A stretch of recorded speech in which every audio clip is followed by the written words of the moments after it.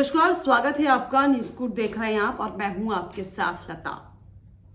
संविधान को लेकर, अंबेडकर को लेकर, लोकतंत्र को लेकर जो है संसद में जिस तरीके से गहमा गहमी का माहौल बना हुआ है, चाहे बीजेपी हो, चाहे कांग्रेस हो, चाहे उनके साथ समर्थन में अन्य राजनीतिक दल की पार्टी के नेता हो, जिस तरीके से संविधान बचाने की आड़ में, बाबा साहब अंबेडकर को बचाने की आड़ में और लोकतंत्र को बचाने की आड़ में जिस होड़ में लगे हुए हैं और जो तस्वीरें निकलकर सामने आई, वो तस्वीरें भी आपने देखी होंगी।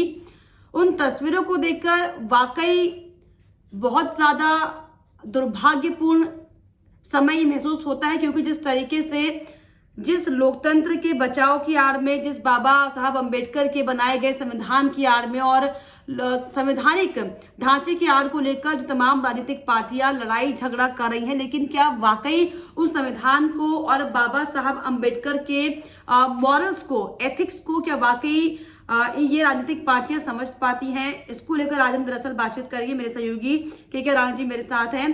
राणा सर, जिस तरीके से संविधान को लेकर, उसको बचाने को लेकर और बाबा राव अंबेडकर को लेकर अब जो नई जंग शुरू हो गई है, तमाम पार्टियां जो है संसद में तस्वीरें भी देखी किस तरीके से जो है मारपीट की और हत्या के आरोप राहुल गांधी पर लगा दिए गए, तमाम जो तस्वीरें निकलकर सामने आई। लेकिन इन सब के बीच सवाल दरअसल यही अब आम जन के दिमाग में पैदा होता है कि क्या वाकई इन राजनीतिक पार्टियों को अंबेडकर साहब की, उनकी मॉरल्स की, एथिक्स की इतनी परवाह है? क्या वाकई संविधान को बचाने के लिए राजनीतिक पार्टियां सदन में हंगामा कर रही हैं, लड़ाई झगड़ा कर रही हैं, जबकि हम सब जानते हैं कि कैसे करोड़ों रुपए लगते हैं एक दिन सदन को चलाने के लिए? देखिए, सबसे बड़ी बात तो इसमें यही है कि आप किसी को किसी का विरोध कैसे मानेंगे। अगर आज बीजेपी पर यह आरोप लग रहा है कि उसने अंबेडकर का अपमान किया, साथ में अंबेडकर जी के पोते का बयान भी अभी 1-2 दिन पहले ही आया था कि बीजेपी और आरएसएस की तो ये मानसिकता रही है कि वो अंबेडकर का अपमान करते रहे, और इसी को लेकर अमित शाह ने जो बयान दिया वो वही झलक दिखती है। अब बीजेपी ये आरोप लगा रही है कि कांग्रेस ने अपमान किया है, लेकिन बड़ा सवाल यही है कि आप अपमान को कैसे नापेंगे, कैसे मापेंगे।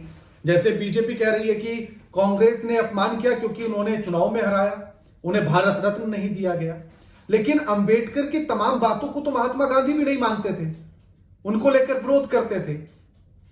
दलितों के उत्थान जब कर रहे थे अंबेडकर साहब, तो उस समय पर महात्मा गांधी ने उनका विरोध किया था और महात्मा गांधी ने कहा था कि उत्थान तो होना चाहिए, लेकिन जिन तरीकों से अंबेडकर कर रहे हैं वो मुझे पसंद नहीं है। तो क्या महात्मा गांधी को भी ये कह दिया जाए कि उन्होंने भी अंबेडकर का अपमान किया था? या फिर महात्मा गांधी की बात अंबेडकर जी ने नहीं मानी तो क्या ये मान लिया जाए कि महात्मा गांधी का अपमान अंबेडकर जी ने किया? तो कब, किस परिस्थिति में, कैसे, क्या किया गया, और उस संदर्भ में आज में रखकर अगर वो बात की जाएगी तो उसको आप कभी भी सही नहीं ठहरा सकते हैं। 1-2 पॉइंट पर आप चीजों को संभालने के लिए कह सकते हैं। देखिए, इतिहास सिर्फ इसलिए पढ़ा जाता है ताकि हम उससे ये सीख सकें कि हमें क्या क्या गलतियां नहीं करनी है और क्या क्या करते हुए हमें आगे बढ़ना है, ताकि हम बेहतर तरीके से और विकास की तरफ बढ़ सके। लेकिन अब इसका उल्टा हो रहा है, हम उन गलतियों से सीख नहीं रहे हैं, बल्कि हम उन गलतियों पर ही लड़ रहे हैं कि आपने तब ऐसा क्यों किया था। जबकि बात यह होनी चाहिए कि तब ऐसा कर दिया था, अब ऐसा नहीं होना चाहिए। लेकिन हम उसी बात पर जिद पर अड़े कि भैया ये बताओ तुमने तब ऐसा क्यों किया था। तब की स्थितियां अलग थी, परिस्थितियां अलग थी, तब किस सिचुएशन में कौन सी बात कही गई, किस सिचुएशन में क्या किया गया, उसको आज आप उचित या अनुचित नहीं ठहरा सकते। और अंबेडकर ने खुद जिस तरह से बौद्ध धर्म अपनाया, हिंदू धर्म छोड़कर, तो इस तरह से तो आप कह सकते हैं कि हिंदुओं का अपमान है। उन्होंने प्रतिज्ञा लेते हुए ये कहा कि जैसे अभी कुछ दिन पहले, 1-1.5 साल पहले जो है आम आदमी पार्टी के एक नेता का विरोध किया था, उन्हें इस्तीफा तक देना पड़ा था अपने मंत्री पद से। उन्होंने बौद्ध धर्म अपना रखा था और वो वही प्रतिज्ञाएं ले रहे थे कि मैं भगवान नहीं मानता हूं, मैं भगवान को नहीं मानता हूं। इसी तरह की प्रतिज्ञा तो अंबेडकर साहब ने भी ली थी। उनकी 22 प्रतिज्ञाएं थी, जिनमें से कुछ ये थी कि मैं ब्रह्मा विष्णु महेश को नहीं मानता हूं, ना ही इनकी पूजा करूंगा। रामकृष्ण अवतार के रूप में माने जाते हैं, मैं अवतार नहीं मानता हूं, मैं इनकी पूजा नहीं करूंगा। उन्होंने कहा कि बुद्ध को जो है विष्णु का अवतार माना जाता है, पर मैं इस बात को झूठ ही मानता हूं ये झूठा और पागलपन का एक प्रसार है, इससे ज्यादा कुछ नहीं है। तो इस तरह से उन्होंने कहा कि जितने भी देवी देवता हैं हिंदुओं की, मैं उनकी पूजा पाठ नहीं करूंगा। तो इसका मतलब वो भी अपमान कर रहे थे। लेकिन कोई भी राजनीतिक पार्टी जो सबसे बड़ा हिंदुओं का झंडा लेकर चलती है, वो भी पार्टी अंबेडकर जी की इन बातों को कोट नहीं कर सकती, क्योंकि उसको पता है कि अंबेडकर जी के नाम पर एक बड़ा वोट बैंक इस देश में है, और उस वोट बैंक के लिए ही ये पूरी लड़ाई है। जो तस्वीरें हम संसद परिसर में देख रहे हैं ना, वो उस वोट बैंक के लिए है। ना तो किसी को अंबेडकर जी के अपमान की चिंता है, ना उनके सम्मान की चिंता है, सिर्फ और सिर्फ उस वोट बैंक की चिंता है जो उनके नाम से आता है, और इसी के लिए पूरी लड़ाई चल रही है।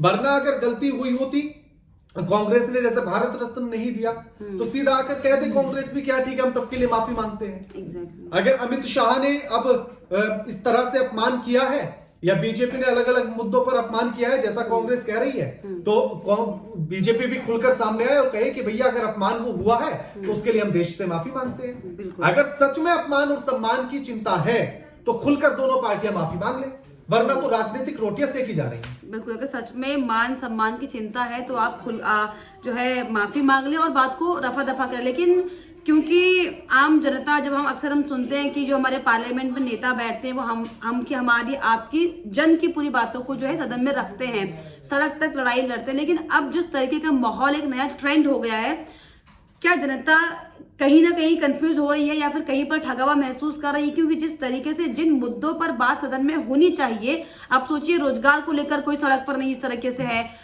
एजुकेशन को लेकर इस तरीके से सड़क पर नहीं है, तमाम जो ऐसे कई मुद्दे हैं जनहित के, उनको लेकर बीजेपी और कांग्रेस में कोई क्लैश नहीं होता है। लेकिन जब उनके मान सम्मान की बात आती है, जब उनके वोट बैंक की बात आती है, तो इस तरीके से और इस हद तक क्लैश हो जाता है कि आप सोचिए सड़कों पर नेता जो है खून बहाए जो है वाली स्थिति में आ चुके हैं, आरोप लगा रहे हैं। तो ऐसे में जनता को आप कहाँ ठगा हुआ देख रहे हैं और कितना नुकसान जनता समझ पाए इस तरह की गतिविधि, इस तरह की एक्टिविटी और इस तरह की तस्वीरों को देखकर? देखिए, इस देश का सबसे बड़ा दुर्भाग्य यही है कि जनता अपने आप को ठगा हुआ महसूस नहीं करती है कभी। पता ही नहीं जनता विचारधाराओं से जुड़ी हुई है, और विचारधाराओं से अंध तौर पर जुड़ी हुई है। यानी कि जो राहुल गांधी या कांग्रेस की विचारधारा के लोग हैं, उसमें राहुल गांधी या कांग्रेस सही हो या गलत हो, वो उसे सही ही मानेंगे अगर उस बात को कांग्रेस पार्टी ने कह दिया है तो।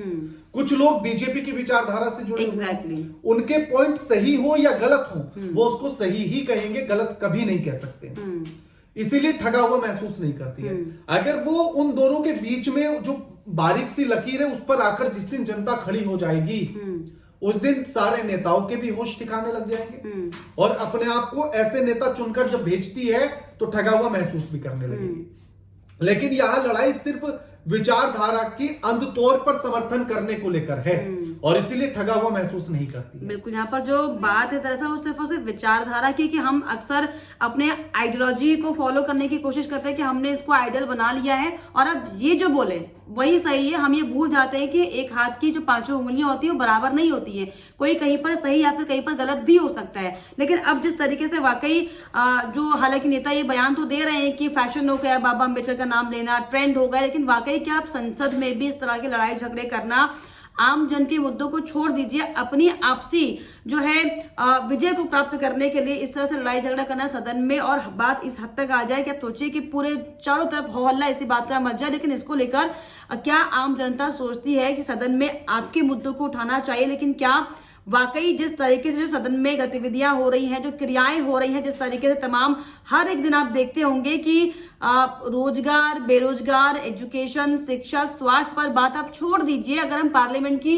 सेशन को भी सुनेंगे और देखेंगे, अगर आप भी देख रहे होंगे, तो वो उस पर आरोप लगाते दिखाई पड़ रहे हैं, वो उस पर आरोप लगाते दिखाई पड़ रहे हैं, यानी कि अपनी राजनीतिक रोटियां सेकने के लिए सदन का इस्तेमाल हो रहा है। लेकिन इसको लेकर क्या आपको लगता है, अब जो अंबेडकर को लेकर जो नई जंग देश में छिड़ गई है, अपनी राय कमेंट बॉक्स में जरूर लिखिएगा। इसके अलावा हमारे चैनल को लाइक, शेयर एंड सब्सक्राइब करना भी ना भूलें।